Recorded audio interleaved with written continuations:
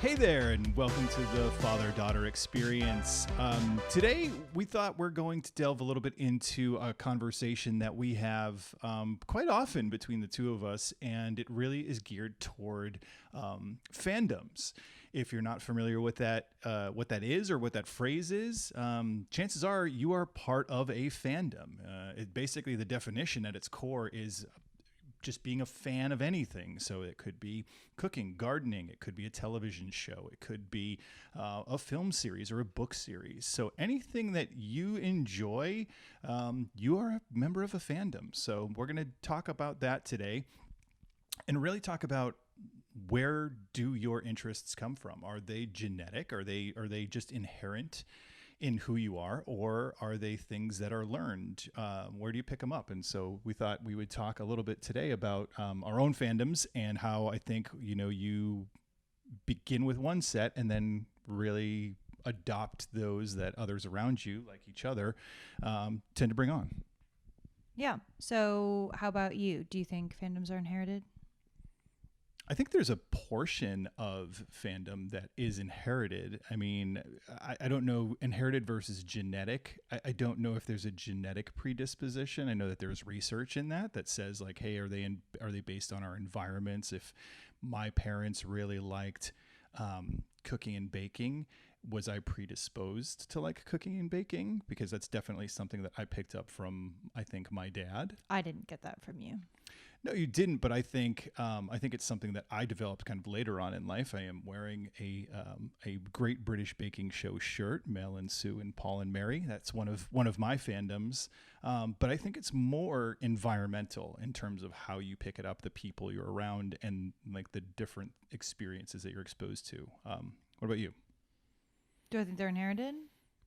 I don't think it's a genetic thing personally, but I do think I was handed almost like family heirlooms, some fandoms to have. And then I picked the ones over time and interest level that became like part of me, like ones that you and mom gave me. So, like growing up, like reading like sci-fi books or comic books or reading like Ray Bradbury or watching like Unsolved Mysteries or listening to 80s music. Like I think especially music, which, has its own sort of subset of fandom, the things that you listen to. I think music especially is something that both you and mom really gave me because it was from like the moment I was born. I was listening to the music that you guys are putting on around me. And now I've developed my own tastes, but I think a lot of my like core like music fandoms I got from you guys.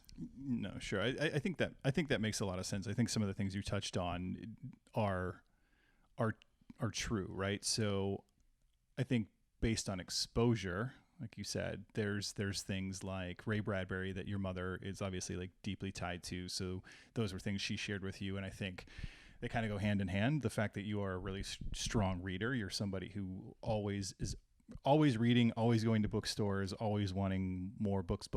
I think that was something that obviously lended itself to you adopting that. I think for me, it was, I think comic books were the thing that I had around the house. Like I always had them, boxes and boxes of them. And some of them you would pick up and say like, which ones should I read? Which ones should I be interested in?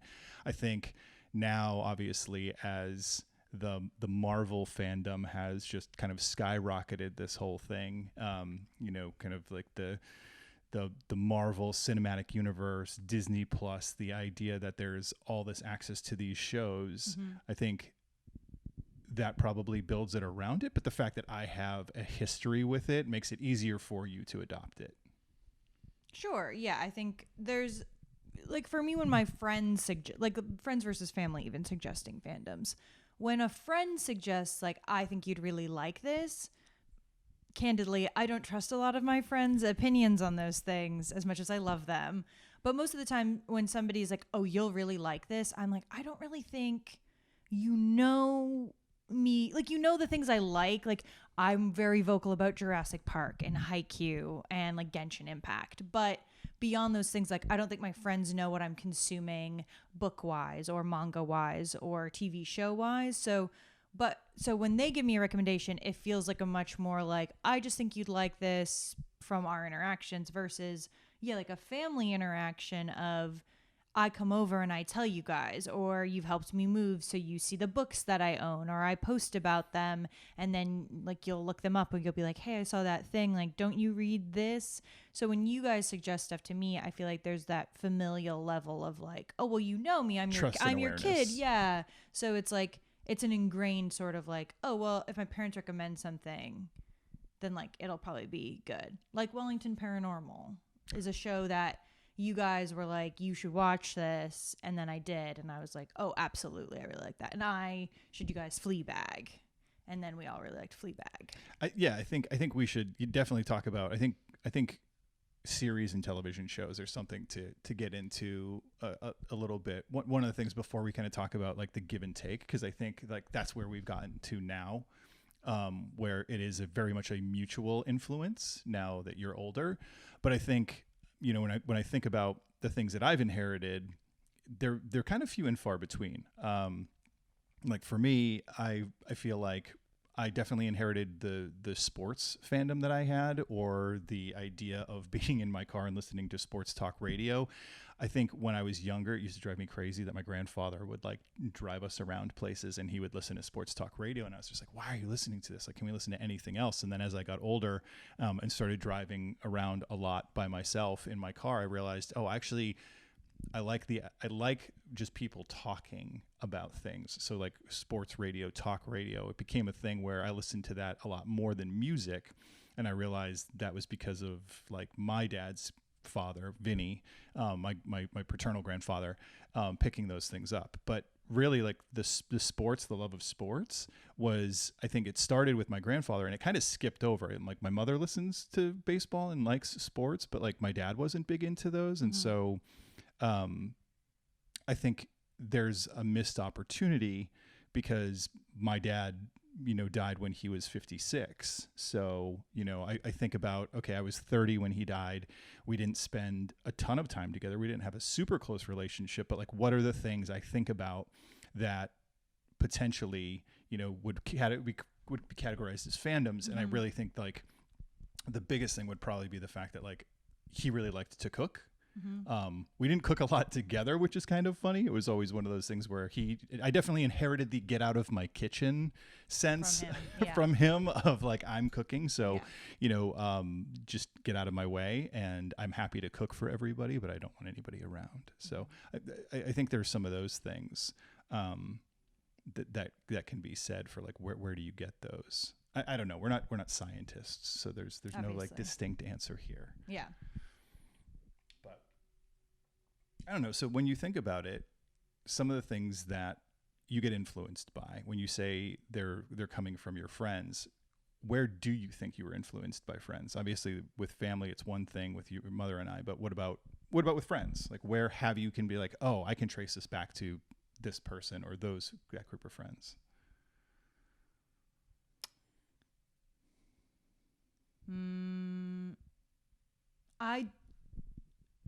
This is hard.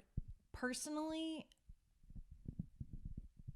I guess the only major example I can give, because I think of myself as more of the influencer, in that like I get very passionate about fandom and fandom culture and sharing those things.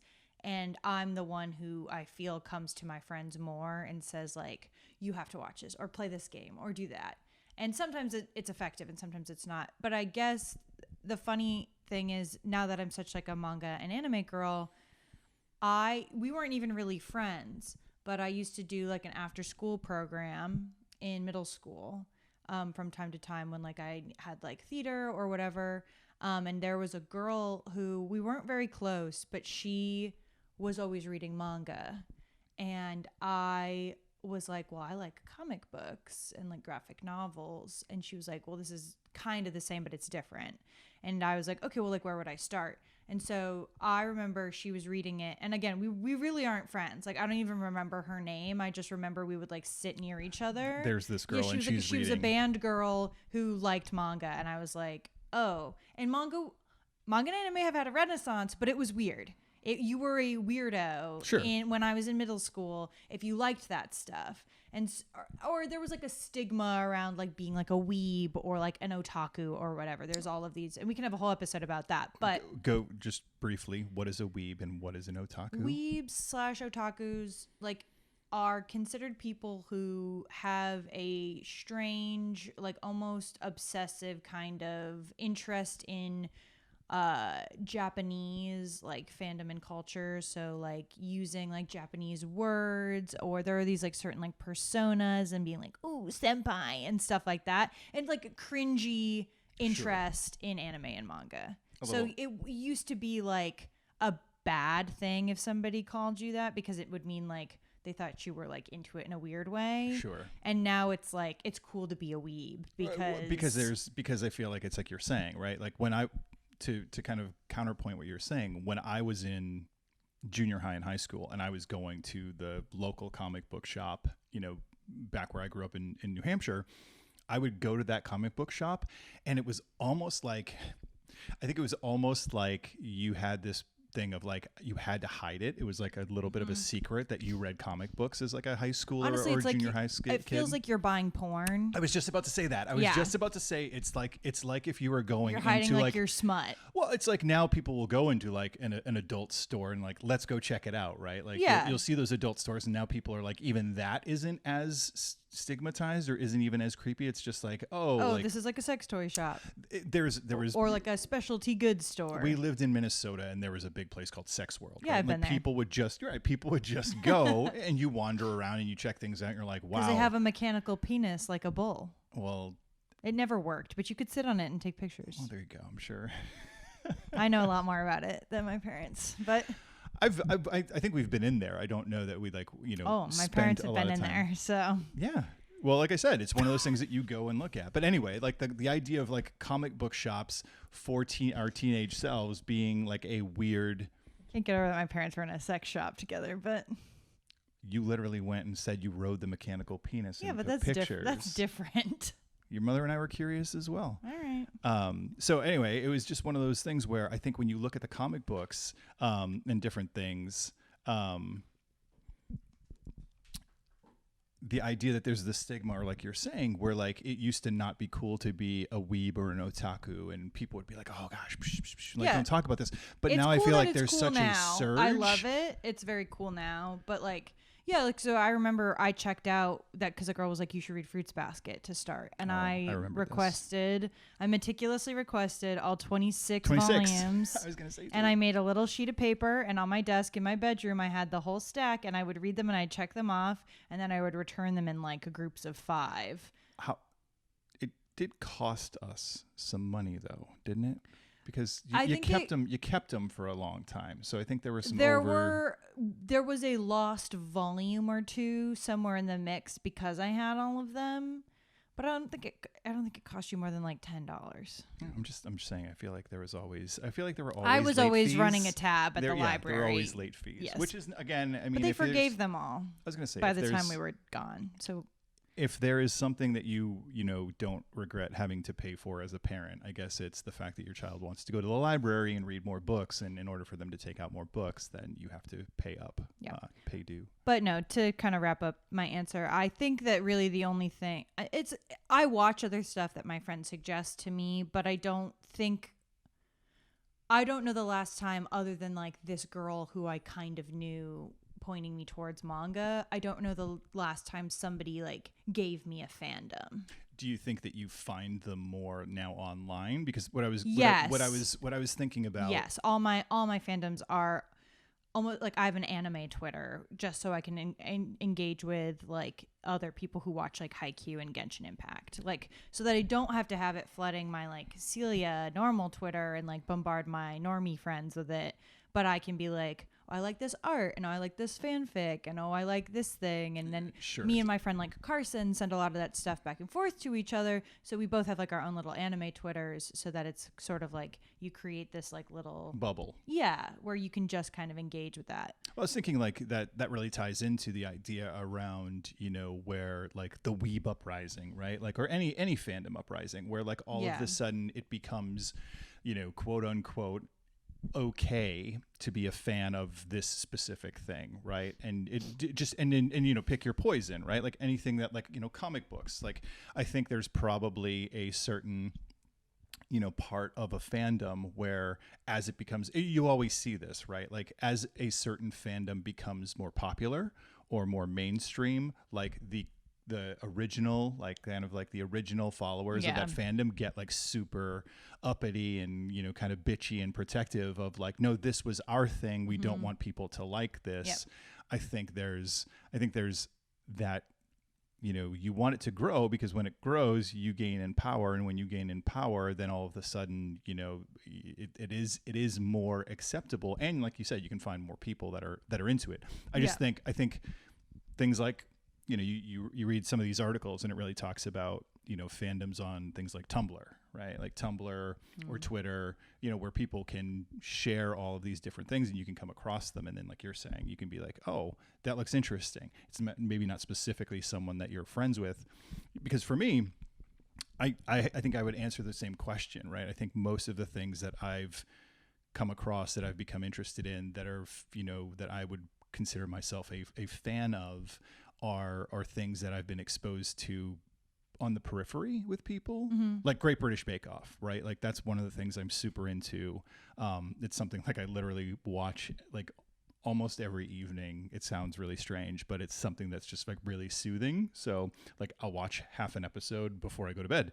And yes, I've seen like every season over and over again, but somebody, I think the way that I found it was a friend of your mother's. We were at their house and they were hosting like just like a little cocktail party or like light appetizers. It was when your mother was in grad school, and one of her friends was like, oh, you like to bake, you should watch this British show that's on Netflix. And then she's like, it's called The Great British Baking Show or The Great British Bake Off. I can't remember how they actually name it on Netflix. It's one or the other in the UK.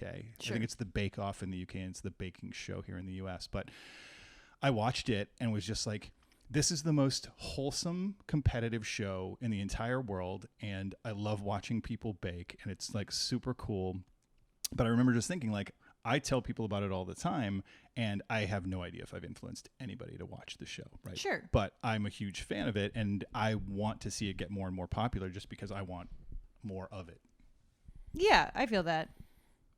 Yeah, but that's, I think, where I'm similar, although I do know that I've influenced people in that, like, I know with the Genshin Impact, I've got a running list of like 4 people, 5 people now who have downloaded the game and started playing because of me talking about it so much.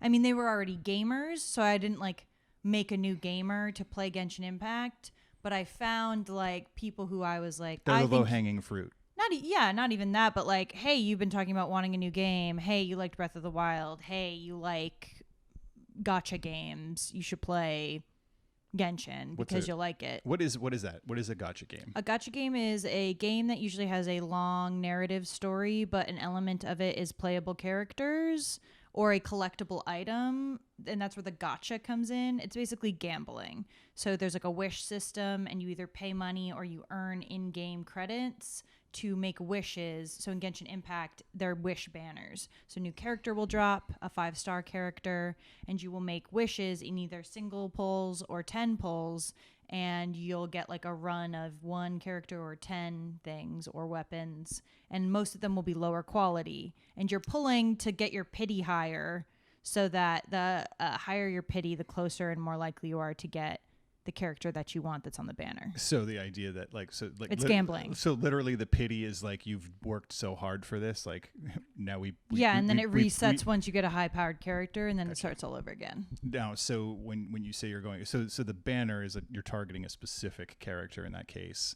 Usually, yeah. So Genshin used to just have like one-off banners, and now usually there's like 2 5-star characters. So you can pick and choose which one you want to go for. Yeah. Okay. Now, so if you're going for that character, yeah, do they then throw in the mix like other high star characters? So like you're like, So hey, there's I'm a going 50 for this there's one, like a but they 50 send in there's another one in the mix. Like you're saying, you get weapons and other It equipment. depends. So usually what happens is on a specific banner, let's say Eula's banner is coming back. You don't know who that is, but it doesn't matter. Eula's banner is coming back. I can wish for Eula, but when I hit my pity for my 50-50 or for my 5-star character, I have a 50-50 shot at getting her. If I lose at 50-50, I'll still get a 5-star, but it won't be her, but I'm guaranteed the next time to get her. Okay. Once you get your pity all the way up to 50-50. No, the 50-50 is every time you pull a 5-star character, you have a 50-50 shot of it being the character on that banner. Gotcha. And if you get, if you don't get the character that is on the banner, if I don't get Eula, I get Diluc or Jean or Mona or Kuching. Those are usually the culprits. Sure. Then the next time I get a 5-star character, regardless of my pity, whether it's high or low, I'm guaranteed to get the character on the banner. Okay. So people, once they know they have a guaranteed 50-50, will usually stop wishing on a banner to save it and have it for the next time. Gotcha. Okay. No, that makes sense. Yeah. I think it's always funny, right? Because this is obviously something that I know that you're passionate about, and this is a game that you like to play, and it's one of those things where I've actually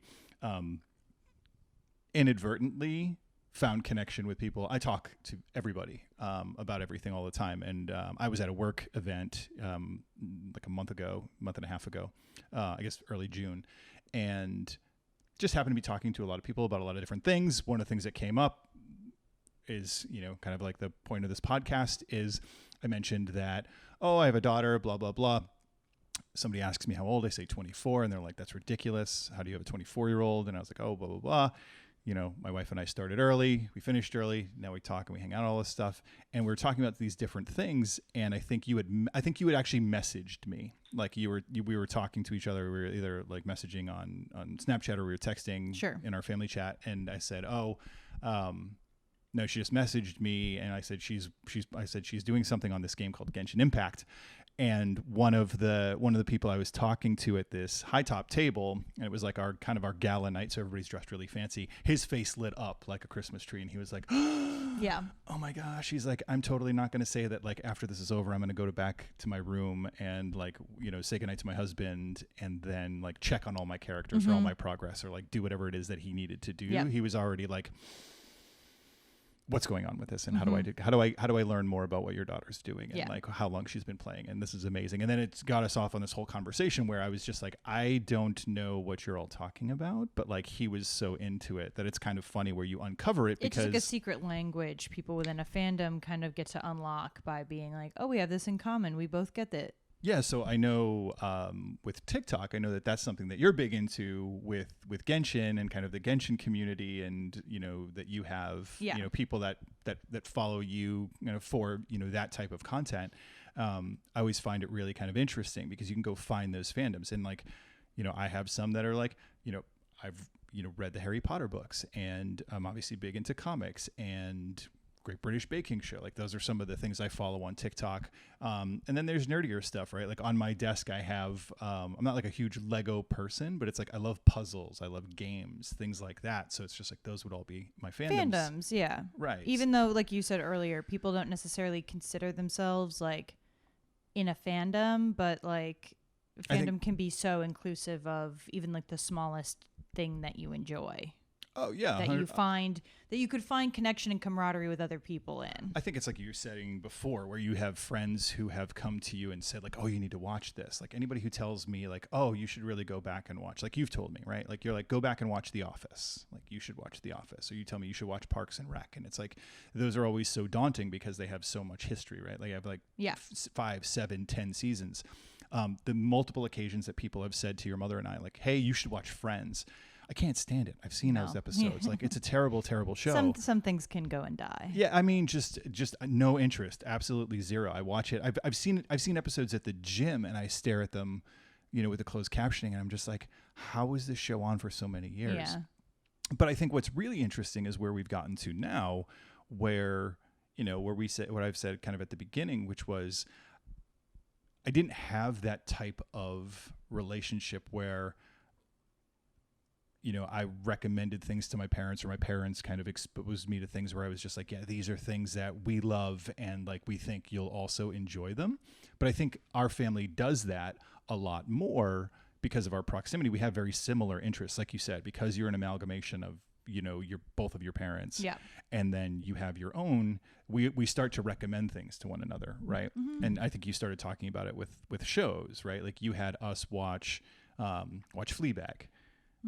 And we have a darker sense of humor in our family. And so like something like Fleabag was really funny. And then to kind of continue that thread, we recommended that you watch Flowers, right? That was an episode, that was a show that your mother and I watched. And like, honestly, I think Ghosts though landed like even better with me. Like you guys also suggested Ghosts. I did watch Flowers and I thought it was very good and very moving. And then I think though, like, Ghost is a show that like I still go back and will just like put on in the background because it's just so like good. Let's be clear on this.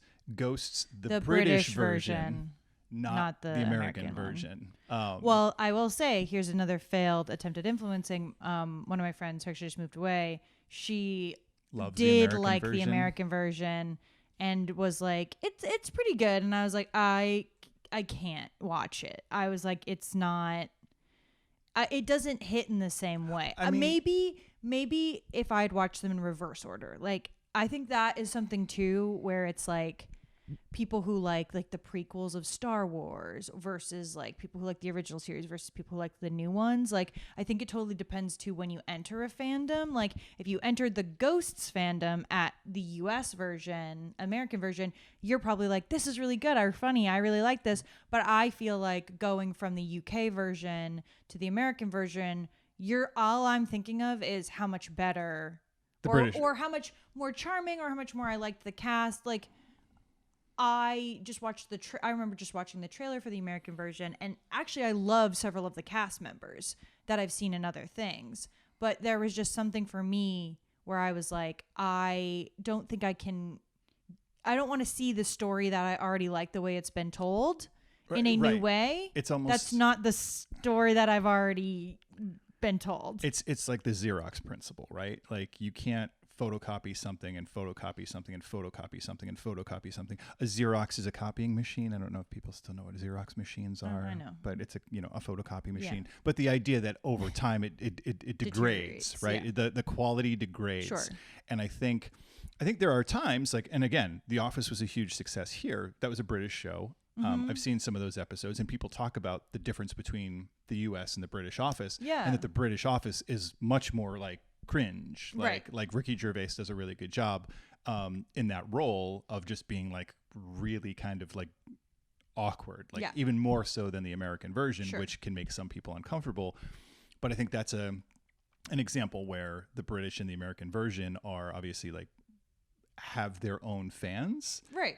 And it doesn't make like one better or one worse inherently, but there's a preference in that. No, like these are the characters that I love and know. Yeah. I don't want to see this other version of them. Well, I think that's why these conversations are always like so interesting, right? When you meet new people and you find out like what kind of things that they're interested in, and however you come across them, right? Like however you find those fandoms or you start these conversations. I mean, it's interesting to me that, where through you, we end up meeting new people that you're friends with. Yep. And, it's kind of interesting when you have older friends, because then your older friends are somewhere in between us, our two ages. And then I also have most of my interests are in line with a lot of the things like they grew up watching or listening to or reading. And they're like, why do you know that? And I'm like, oh, because of my parents. Well, I think right. So that's kind of like some of these where you see things come back cyclically, right? Like, so now there are all of these fandoms where you watch on Netflix where they're just like, hey, here's my childhood from the 80s. Let's repackage it. Let's, redesign it a little bit, and then let's put it out there for the newer generation to consume. So things that you've watched, like She-Ra, I know you've watched the new She-Ra on Netflix. She-Ra and the Princesses of Power. And obviously they've updated it and made it, more, now with the times, right? Like they have LGBTQ representation within that show, which is really kind of cool. And then you have shows like Voltron, which they did the same kind of thing in, but like I think much more subtly, where they started to include those things. Yeah. There's like a whole thing with Voltron's fandom. There's like a whole like people really were like involved with like the ships on that one because we thought, or I guess we being them, because I'm not in the Voltron fandom. Sure. But I was on Tumblr when like Voltron was actively airing. Right. And so it's funny that you went from She-Ra to Voltron because She-Ra is like an actualized LGBTQ story between the main characters that people wanted. And Voltron was not that. No. And people thought that that was what was going to happen. Well, they kind of slipped it in because like I think I know what you're talking about, because I think within the fandom there, that was very much like this is interesting because I'm talking Clance. Well, I don't even know what that word means. It's a combination of Keith and Lance's names together. Well, there's Keith and Lance, but then there was also like but Shiro was the character that had a throwaway male love interest at the end. That's a really good way to put it. Yes, because they're just that's why people were like they're like my husband, boyfriend. Correct, in the like editable out kind of way. And I mean, in other like places around the world, She-Ra and the Princesses of Power, the kiss and like the confession scene are edited to be like, no, like you're really like my homie. I just like platonically love you so much, sister. Right. When like in America, like they kiss and they're like, I love you. Like, don't you get it? Right. So it is even there.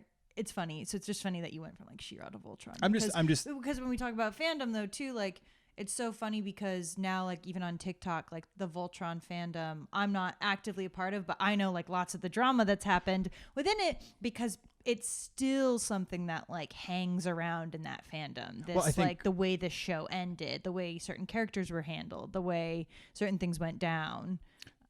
People still talk about it now to this day, which is really interesting, right? Because now you have the places to go to explore those conversations and have that in, have that kind of debate back and forth on what you think should have happened. Like, and there's so much voice, right? Because now there are fandoms where, obviously we could continue this conversation forever, but there are the fandoms out there that it's basically like, don't let this show die, right? Mm-hmm. Like there were literally mail-in conversations before Twitter and the internet when it was like, bring this show back.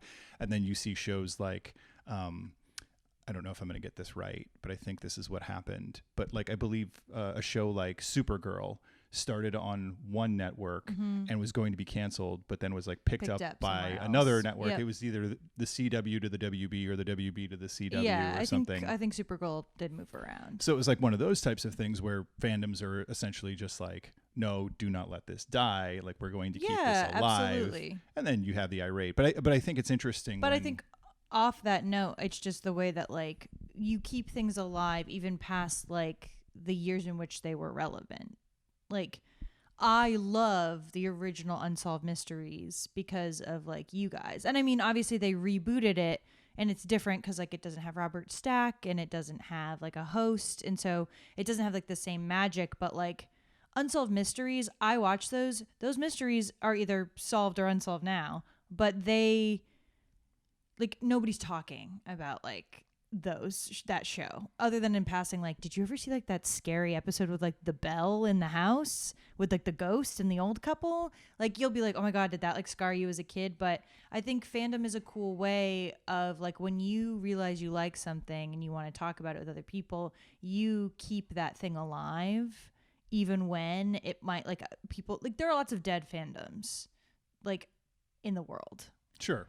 And that doesn't mean there aren't fans of them anymore. It just means that like active content isn't being put out back into them, or people aren't talking about them on the internet, or fan art's not getting made. It's like the old gods in American Gods. Yeah, it is kind of like that. Like, they are kept alive by the few who still like talk about and pray to them, but otherwise like they'd have no relevance really to the world. But I think that's what's so cool about fandom is that each person sort of gets to become like a cultivator and a curator of the things that they care about. Sure. And then like you get to carry them with you until you die. There's a nerdy piece here, but there's I've always been a fan of Green Lantern, which is like kind of a B-list DCer, got cut out of the new relaunch, but they kind of snuck him in there in the Snyder cut. But like there's a character that essentially is called the Torchbearer. So it was basically like if the Green Lantern Corps, like the group of these space cops, if they ever kind of go out of, if they're ever wiped out, there is one character who kind of has the ability to kind of relight the flame to then kind of spread the justice or the core back out again, and he's called a Torchbearer, and that's kind of what made me think of what you were saying in terms of like I'm somebody who can keep this alive. And I think that's where you end up with some of these things, right? Like people keep these things close to them, so you get a new version of Voltron, you get a new version of She-Ra, you get a new version of the He-Man cartoon or Thundercats, like all of these things that came out in the 80s that have over the last few years, so 20 to 25 years later. Yes, you can have the idea that people are like, oh, there's no original ideas, we're just going to do this. But when you watch them and you compare them to the old one, it's like some of the old cartoons, like I loved that. Like I loved He-Man as a kid. Like some of those cartoons suck. Yeah. They're not great. Well, it's even like I feel very affectionate towards like the old school Transformers. And like the Transformers, the movie is still good. Stop. It's still good. Yeah, So but good. like we used to watch it. Like I still have like a very vivid memory when we lived in Minnesota of having a tornado warning and going down to the basement in my grandparents' house when we lived with them, and like bundling up in blankets and watching on like our little shitty fold up DVD player, the DVD discs of like that series. And like the show was good, but like it still had like silly, goofy, like crass humor, sometimes like incoherent plots, a lot of yelling and shooting and whatever. And like, I haven't watched a lot of the like new Transformers shows, but like, it's interesting now that like even that has like stayed around forever and ever. Or like the fact that like, honestly, I didn't like almost any of the new Michael Bay ones, but I told you guys to watch, you and Mom, to watch Bumblebee because Bumblebee felt like the closest out of those movies to like carrying the torch of the energy of the original Transformers, of like a young girl who's being like thrust into this world of like robots and space wars and battles in disguise. Yeah. And then having like the relationship with like Bumblebee, like who's like lost and like trying to get back with like the other Autobots. I think that movie really kind of went back to like trying to include some of the heart, and I think where you were going was like the cartoon was kind of goofy and silly, and you know, just like a Saturday morning and that's cartoon. Fun. And then the movie is like emotional, is the lore, is the how do you like set up a next generation. I mean, it's one of those turning points where it was like literally, I think I was 7 years old when that movie came out, and my mother took me to go see it one afternoon. It was just the two of us. And I remember watching Optimus, spoiler alert for a movie that's like 36 years old or whatever it is. It's got to be like, I think it was the 35th anniversary. We just went and saw it in the theaters. But, you know, spoiler alert, Optimus Prime dies, sacrifices himself to kind of stop. Like right at the start of the movie, basically. Pretty much like 20 minutes in. But like in the first 20 minutes of that movie, they massacre the entire first generation of Transformers. Yeah. And as a kid who like had grown up watching them, you're just like, are they all dead? Like what? Like you'd get what just happened? Well, they would get shot in the show all the time. I mean, honestly, with blasters, and then they would just kind of like, oh no. Honestly, seeing it again at the 35th, like I remember the first time I ever watched it, I specifically asked you, I was like, I want to watch it, and you set up the VCR player. Oh yeah. At when we lived in Minnesota to watch the VCR version of it that we owned. All the versions. Yeah. And then when we were seeing it in theaters, like honestly, it's kind of funny because like obviously there's still like some of the camp factor that Transformers has and always will. But like I remember watching it and being like, oh my God, they really killed like I was like, oh, I know all of these characters, and then you're like, dead. Who the hell is Hot Rod? Yeah. And then you end up like loving him, and he gets like very like developed as a character, and all of these other like the next gen rise up, and you get that connection with them. But it is still like, oh my God, all these characters I did care about are like gone, or they're killable. The realization that like, oh, my favorite character can die. Right. Is insane. No plot armor back then. Right. It was just basically like, no, we're going, we need to, we've sold all the toys. We have to set the stakes up. We've sold all the toys we can. How do we get rid of these guys and introduce like a new generation, and then start to like crank out like the newer versions of all the toys? Yeah. So I don't know. It's an interesting conversation. I think to hear from other people, like, what are those fandoms that you're passionate about, right? Like, what are those things that, like, you're just like, hey, you talk anyone's ear off about for hours. Yeah, like, what are the things that if you could be like, oh my gosh, because I think everybody feels the same way. When you get somebody to adopt one of your fandoms, like, you feel like I've done my part. Yeah, it's a big win. Right, it's a big win, and I know that you've on numerous occasions told me, like, you should start playing Genshin, like, you should play, like, we should, like, you might like it. It's always one of those things. I find it very meditative to play. Well, I think it's that, and you just always are just like, is this something that's just going to now become another, kind of like time eater for me? When I'm like, but I still have like 6 puzzles I haven't done yet, and I have to do. Oh no, you'd love it. There's puzzles, there's quests, so much, but I digress. Yeah. I don't know. I think this is, kind of a good way to probably, or a good place to probably end for today. I think we covered a lot. I think obviously this is a conversation that could be like a part 2 in the future of, like, let's, like, delve into some of, like, our favorite fandoms. But no, I think this is good. And I think for today, if you liked what you heard and you're interested in hearing more, where can they find us? You can find us at FatherDaughterEXP on TikTok and Instagram, and at our Father-Daughter Experience on YouTube, and wherever you find your podcasts. Yeah, so check us out on Spotify and give us a like and a follow. And if you like it, leave a review. That would be lovely. Lovely. Bye. Bye.